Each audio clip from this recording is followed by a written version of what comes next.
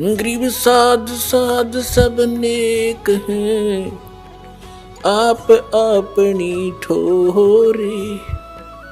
जो सतलोक ले जाएंगे वो साधु कोई और।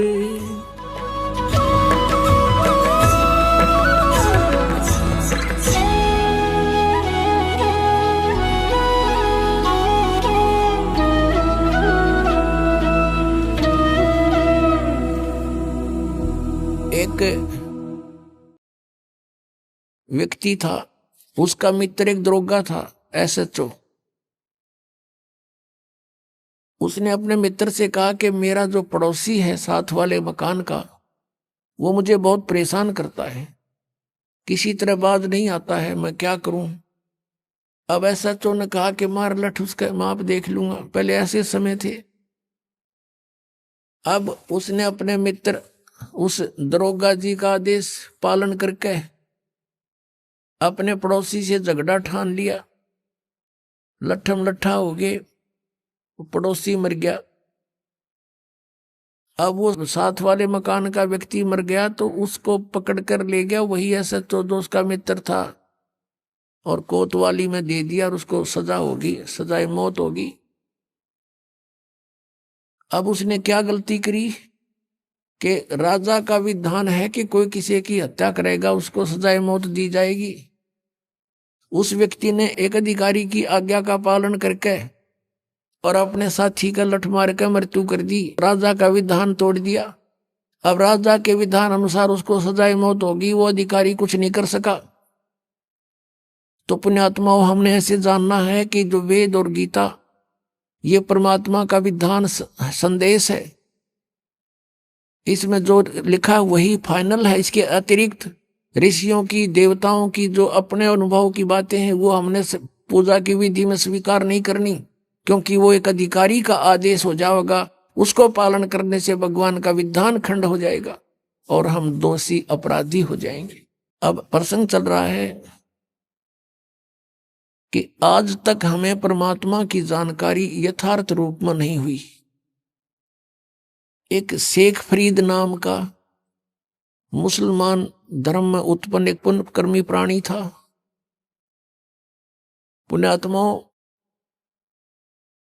हम आज से नहीं जन्म मर रहे, असंख्य जन्म हो गए, और इस चतुर्युगी में हम सतयुग से लेकर आज तक जन्मते मरते रहे हैं। और इस कलयुग से पहले हम अलग, ना कोई मुसलमान था, ना हिंदू था, ना सिख था, और ना ही कोई मुसलमान था, ना ईसाई था। सब वैदिक धर्म को मानने वाले होते थे, वेदों अनुसार ओम नाम का जाप करते थे, और कोई साधना वो सिर्फ यज्ञ हवन आदि करते थे, 500 यज्ञ किया करते थे। अब हमारे आपस में संस्कार एक दूसरे के मिक्स हैं। आज कोई हिंदू धर्म में जन्मा है तो कल मुसलमान धर्म में जन्म ले सकता है। आज कोई मुसलमान धर्म में कट्टर हुआ बैठा, कल मृत्यु होगी, उसके बाद वो हिंदू धर्म के अंदर जन्म ले सकता है। ईसाई के भी ले सकता है, ईसाई भी की मृत्यु के बाद ईसाई भी यहाँ आ सकते हैं हिंदू धर्म में, और सिख धर्म में भी जा सकते हैं। तो कहने का भाव यह है कि हमने अपनी बुद्धि को बहुत ऊपर उठाना पड़ेगा, तब हम इस काल के जाल से निकल पाएंगे। तो पुण्यकर्मी प्राणी शेख फरीद, पिछले संस्कार प्रबल थे उसके लिए थोड़ा सा कथा सुनाते हैं कि वो शरारती बहुत था, उलाहने बहुत लाता था, गांव में जाकर के दूसरे बच्चों के साथ झगड़ा कर देता था, किसी को कुछ छेड़छाड़ कर देता था आपस में बच्चों के साथ, या किसी के घर में घुस के उनका कोई बर्तन उठपटंग कर देता था। उलाहने आते थे। उसकी माता बहुत तंग होगी, उसने सोचा अब क्या करूं, इसको कैसे शांत करूं। तब उसने एक दिन सोचा कि इसको कहती हूं कि बेटा तू नमाज कर ले। शेख फरीद की माता ने कहा कि बेटा तू नमाज करा कर। छोटा ही बालक था, 3-4 वर्ष का। कहने लगा क्यों, मैं क्यों करूं नमाज, मुझे क्या मिलेगा। और वो उसका फेवरेट फ्रूट था खजूर, खजूर बहुत खाता था, उसको बड़ा पसंद थे। माँ ने कहा बेटा अल्लाह तुझे खजूर देगा। कि सचमुच डेली प्रतिदिन देगा। वो कहने लगा माँ बता फिर कैसे करते नमाज। नो बोली डट जा, कोई समय होता है नमाज करने का, मैं बताऊंगी, इतना बैठ जा। वो इतना बैठा रहा। अब माँ ने सोचा मेरा काम करने का समय है, इसने ला दूं नमाज करने, और तू काम कर लेगी इतनी ना, तो कह पता नहीं क्या उलाने लाओगा। उसने एक कपड़ा बिछाया और कहा बेटा ऐसे मत्था टेक ले और यूं कहता रहे अल्लाह मुझे खजूर दे, अल्लाह मुझे खजूर दे, यही नमाज है। और तो उसका याद क्यों थी बालक के। जब वो काफी देर करता रहा, उसकी मम्मी ने क्या किया, एक पत्ते में खजूर लपेट के, थोड़ा सा खजूर 2 पत्तों में, और उस कपड़ा बिछा रखा था उसके नीचे रखाई। और जब सारा काम कर लिया, जब कहने लगी बेटा आंख खोल दे बाजा, वो उठा, उसने देखा इधर उधर, कहने लगा माँ अल्लाह ने खजूर तो दिया ही नहीं, मैं नहीं करूं आज के बाद बिल्कुल भी। उसकी माँ ने कहा बेटा अल्लाह ऐसे सरेआम थोड़ा ही देता है, वो तो गुप्त देता है बेटा, देख कहीं रख गए होंगे आसन के नीचे। उसने कपड़ा उठाकर देखा तो रखा मिला, खावर कूद खा लिया, वाह जी वाह। फिर कहता माँ अब फिर बता कब करनी है वो नमाज। एक दिन क्या हुआ कि माता ऐसे प्रतिदिन उसको बैठा दे, वो ऐसे ही बिल्कुल दर्द होकर 2-2 3-3 घंटे उठे को नहीं। एक दिन उसकी माता खजूर रखना भूल गई और उसने कह दिया आजा बेटा। वो उठ गया, उठा, जब उसने उठाकर पल्ला देखा, खजूर वेजिटीज रखे जैसे पहले रखती थी उसकी माँ। अब फिर उसकी माँ के भी याद आ गया कि आज तो मेरे से गलती होगी, यू कभी नहीं कराई भी सा नालायक से, आज इसको खजूर मिले नहीं। तो उसी समय वो खजूर खाता हुआ आ रहा था। उसकी माँ ने कहा बेटा ये खजूर कहाँ से लाया तू, अल्लाह रोज देता है मुझे। कहने लगी कहाँ था ये खजूर, वहीं जहां पहले रखते थे, आज दिखाऊं, एक पत्ता तुम्हें छोड़ के आया हूं नीचे वाला। अब जाके देखा सचमुच खजूर जो के जो। उसकी माँ तो हैरान रहेगी कि हे परमात्मा बड़ी सुनी ना, तो आज इसके बाद तो कभी नहीं करो नमाज। कहने का भाव ये है कि कहते हैं पिछले तब से होते हैं पूर्ण हंस मुराद, पिछला संस्कारी हंस था, परमात्मा ने आस्था बढ़ानी थी। उसकी माँ का भी फिर लगन बन गई, बस नकली सा काम करया करती। उस दिन के बाद उसकी माँ का भी दृढ़ विश्वास हो गया भगवान है, अल्लाह है कहीं पर। तो कुछ जब वो बड़ा हुआ तो उसने घर त्याग दिया, क्योंकि रुक नहीं सकता वो प्राणी जिसको चाह भगवान की है। अब जो परंपरागत उनकी क्रियाएं थी, मांस खाना, वो उनको पसंद नहीं था उस प्यारी आत्मा को। उसने छोड़ दिया कि ये तो कोई जची नहीं बात, हिंसा करके भगवान मिला करते हैं कभी।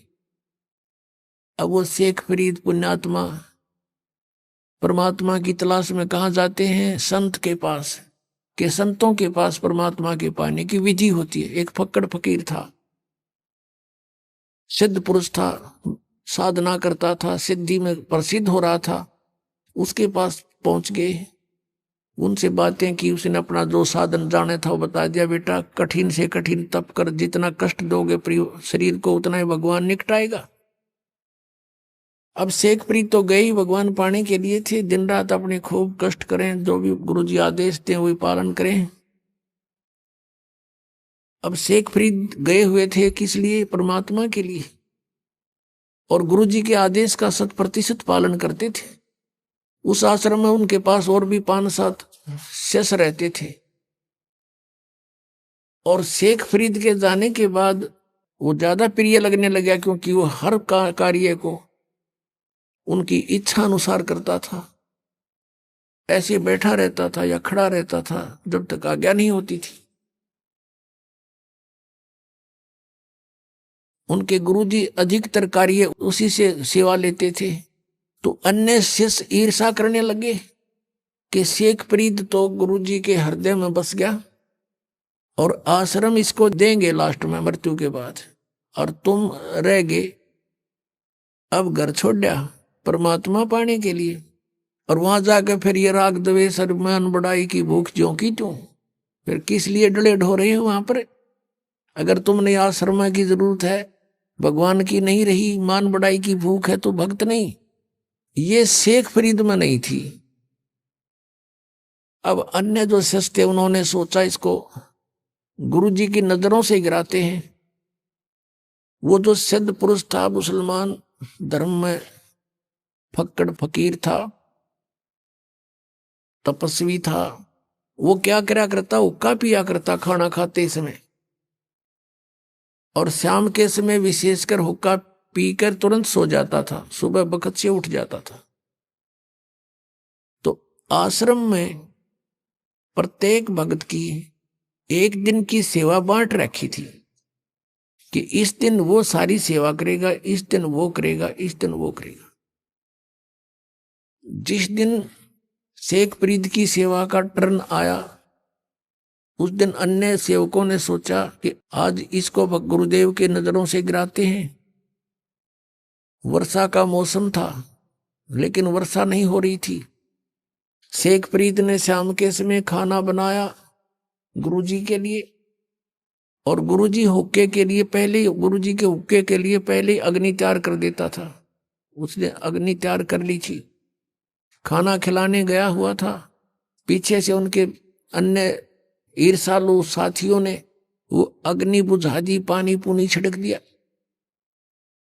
अब शेख फरीद ने तो ये सोचा था कि 2 मिनट में हुक्का भर के दे दूंगा, और वो गुरुजी इतना क्रोधी था, अगर 5 मिनट लेट हो जाता ना हुक्का कोई भी किसी कार्य में, उससे इतना नाराज हो जाता, उसको डंडे मारता था और कई दिन तक उसको सेवा नहीं देता था।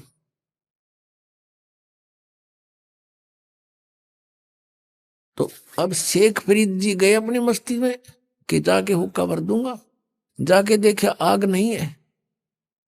अब शेख फरीद को तो भाई चिंता का विषय हो गया, इधर देखा उधर देखा, अग्नि नहीं बिल्कुल भी। थोड़ी सी दूर पर देखा कि गांव था, नगर था, वहां से 1 किलोमीटर की दूरी पे वहां धुआं उठ रहा था। चलम उठा के भाग लिया पूरी स्पीड पे। वहां जाकर देखा तो एक माई चूल्हे में अग्नि जलाने की चेष्टा कर रही थी, फूंक मार रही थी, और आंखों में पानी गिर रहा था। धुआं वापस आकर उसको परेशान कर रहा था। अब शेख फरीद दौड़ा दौड़ा गया, माई माई। कहा कौन है? हाँ महाराज क्या बात है? कि माई आग दे दो, हुक्का भरना है। वह माई थी नरी निकम्मी, नो बोली आंख फूट जाना जब आग मिला है, आंख फुटवा ले तू भी अपनी।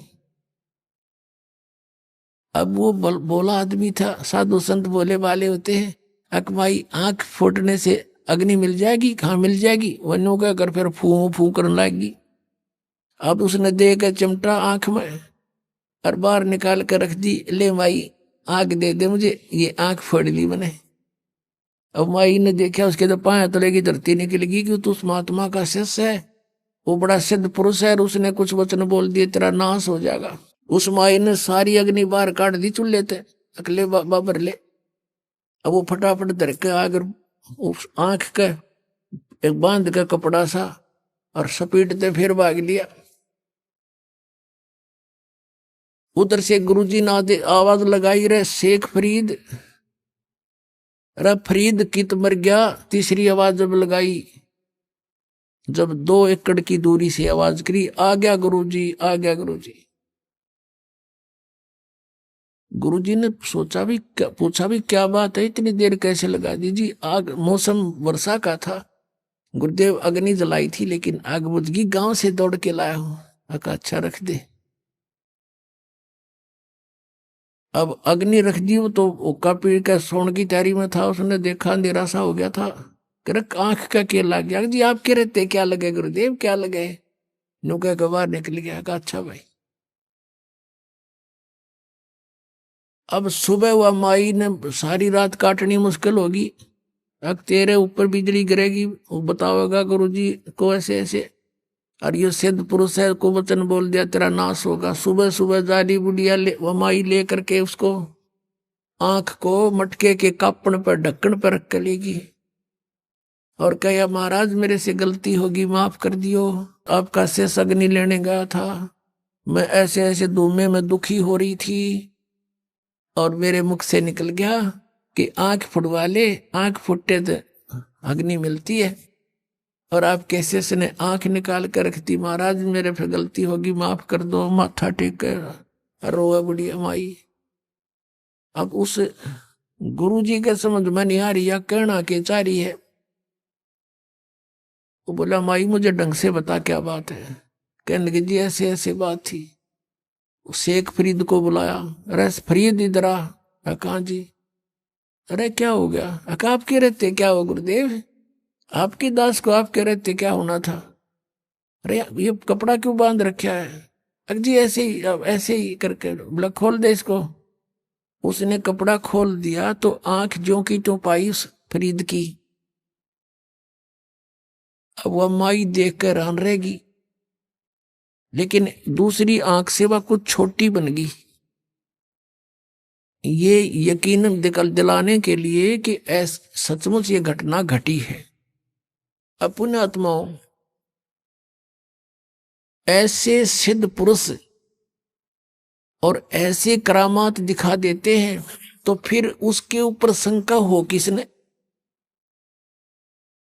अब ये बातें अब तत्व ज्ञान से आपका समझ में आएंगी कि ऐसा सिद्ध पुरुष था वो, तपस्वी हो का पहाड़ कि उस, क्योंकि पिछले संस्कार थे उन पुण्य प्राणियों के, पिछले ही तब से होते हैं पूर्ण हंस मुराद। वर्तमान की सिद्ध साधना कुछ थी नहीं उनकी, दोनों की, ना शेख फरीद की थी ना उस गुरु की थी, पिछले संस्कारों से थी, पिछले जन्म जन्मों के वो विद्यमान होते हैं। तो भी उन्हीं को अंगड़ाई आती है भक्ति की, घर त्याग देते हैं, लेकिन आगे साधना ना होने से वो अपनी बैटरी डिस्चार्ज कर जाते हैं ऐसे सिद्धि दिखाकर। अब सब जगह आसपास चर्चा का विषय हो गया। उस महाराज की वाह वाह होगी कि एक बालक की ऐसे ऐसे आंख भी पूरी कर दी उसने। सारी जनता आसपास की पूजन लायक गिर, वो महात्मा सिद्ध पुरुष और सुप्रीम वो हो गया वहां का संत। अब कुछ दिनों के बाद क्या हुआ कि उसकी मृत्यु होगी। मृत्यु के उपरांत शेख फरीद ने वो अपना आश्रम त्याग दिया। सोचा साधना करनी है, गुरुजी ने कहा कठिन तप करो, भगवान निकटावेगा, उसके दीदार हो जाएगा। शेख फरीद तो परमात्मा पाने के लिए घर से निकला था और भगवान ना मिला तो इस मनुष्य शरीर का हो बनेगा क्या, मैं करूंगा क्या इस मिट्टी का, ये सोचकर गुरुजी के अब बताए अनुसार घोर तप शुरू कर दिया। एक वृक्ष की मोटी टहनी कुएं के ऊपर से गई हुई थी। उसने सोचा बहुत साधना कर ली, वैसे करता हूं, ऊपर रस्सा बांध लिया वृक्ष के और अपने पैरों में बांध लिया दोनों में, और शेष रस्सा नीचे को लटका दिया और उल्टा लटक गया। अब 12 वर्ष तक उसने उल्टा लटक के कई कई घंटों कुएं में साधना की और 12 वर्ष के अंदर 50 किलो अन्न खाया था शेख फरीद ने। 50 किलो 12 वर्ष में। एक वर्ष में 360 दिन होते हैं और एक दिन में, वैसे तो मनुष्य की 1 किलो का आहार बताया है, यदि 10 ग्राम भी हम सोच कर चल रहे हैं तो एक महीने की भी 10 ग्राम तो होता भी कुछ को ना, 100 ग्राम माने तो भी एक महीने की ही 36 किलो हो जाती है। अपने आत्माओं, अब 12 वर्ष के अंदर 40 किलो अन्न खाया तो कैसा शरीर होगा उसका। अस्थि पंजर रह गया शेष।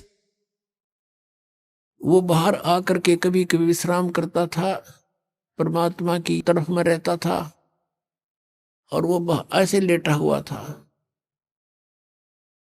कौव्या ने देखा कि ये व्यक्ति मर चुका है, वो उसके ऊपर आकर बैठ गए। शरीर पर कहीं मांस था ही नहीं।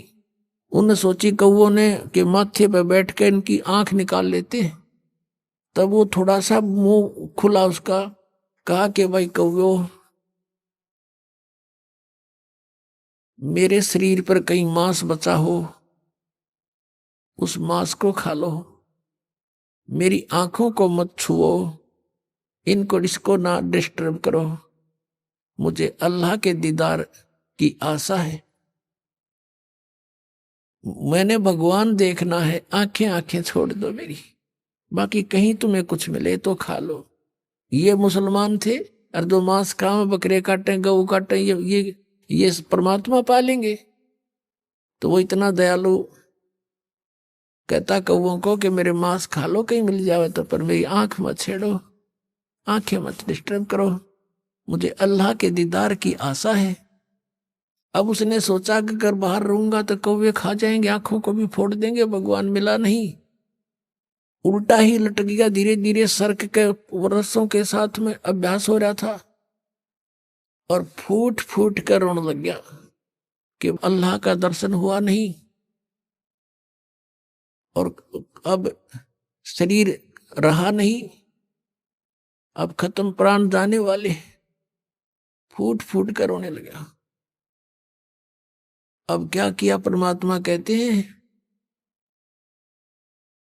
गोता मारू स्वर्ग में और जा बैठू पाताल, कह कबीर ढूंढता फिरूं अपने हीरे मोती लाल। ये इस तरह के साधक पिछले जन्म जन्मांतरों में कभी परमात्मा के परमहंस रहे हैं इस धरती पृथ्वी पर, लेकिन बीच में फिसल जाते हैं। उन्हीं में से शेख फरीद था। अब परमात्मा पहुंच गए वहां पर, उस कुएं पर खड़े हो गए और उसके रस्से को पकड़कर खींचने लगे, क्योंकि पहले कुएं बहुत गहरे होते थे, रस्से लंबे लंबे होते थे, ऐसे खींचने लगे बाहर को। शेख फरीद ने सोचा कोई शरारती आ गया पाली और मुझे डिस्टर्ब कर रहा है, और पहले भी ऐसे गवाले जो होते थे, भेड़ बकरियां चराने वाले, जो गंवार टाइप व्यक्ति, उनमें से कोई ना कोई बाबा जी उस संत के रस्से को पकड़कर ऐसे हिला देता था और यूं बैठ कर देखता था तमाशा। वो क्या कर लेता था, ऐसे सिर कर लेता था कि सिर में चोट ना आ जा, और कभी कुएं के इधर लगता था जाके, कभी इधर। वो कुछ देर छेड़छाड़ कर चले जाते थे, पता था उसका कि किस किस के साथ लड़ूं, बच्चे हैं, करते रहेंगे।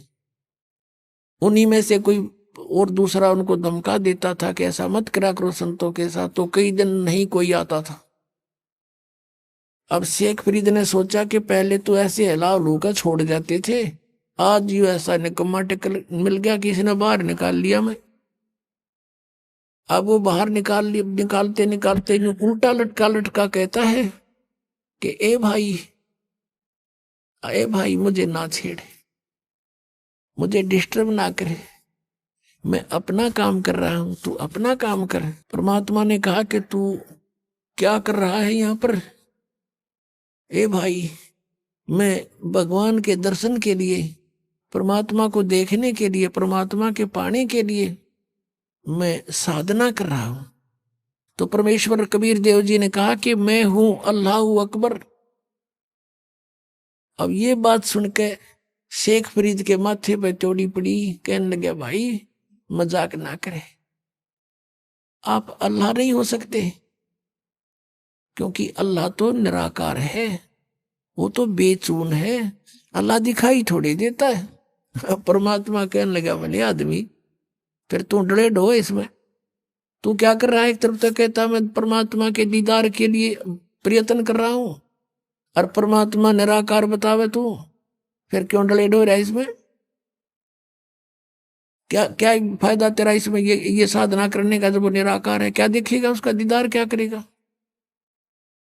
अब क्या करे ना, गाम कर ज्ञान का तो चमका ऐसा लग गया करे, एकदम उसकी बुद्धि सेट होगी, मालिक खड़े सामने। उसको ये समझ में आ गई शेख फरीद के कि भाई अगर ये परमात्मा तो नहीं हो सकता, लेकिन परमात्मा का बाखबर जरूर है, यानी तत्वदर्शी संत अवश्य है। उसने चरण पकड़ दिए यूं के यूं, उल्टा लटके लटके पैर पकड़ दिए कि महाराज मुझे भगवान का ज्ञान बता दे, मुझे अल्लाह की आवश्यकता है, अल्लाह के दर्शन करूंगा।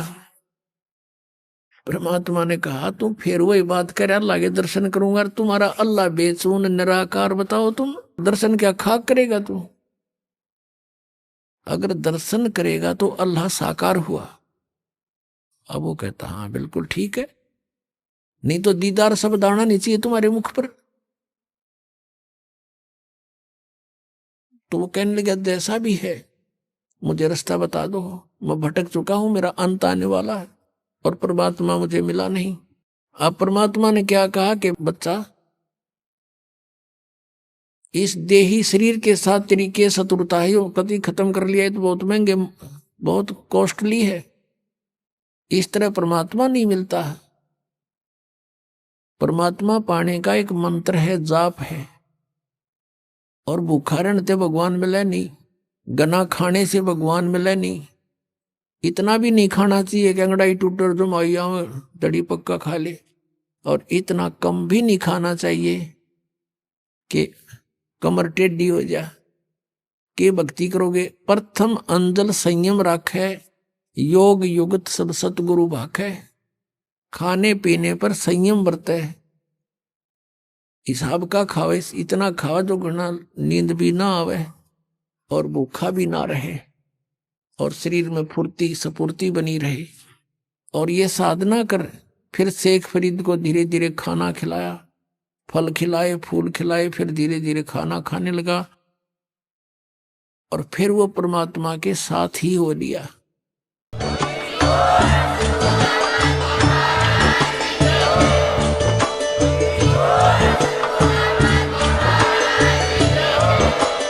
आप सुन रहे थे जगत गुरु तत्वदर्शी संत रामपाल जी महाराज जी के मंगल प्रवचन। अधिक जानकारी के लिए विजिट कीजिए हमारी वेबसाइट www.jagatgururampalji.org। संत रामपाल जी महाराज जी के शुभ आशीर्वाद से पूरे विश्व भर में 500 से भी ज्यादा नाम दीक्षा केंद्र हैं, जिन पर संत रामपाल जी महाराज जी द्वारा ऑनलाइन निशुल्क नाम दीक्षा दी जा रही है। अपने नजदीकी नाम दीक्षा केंद्र का पता करने के लिए संपर्क करें 8222880541।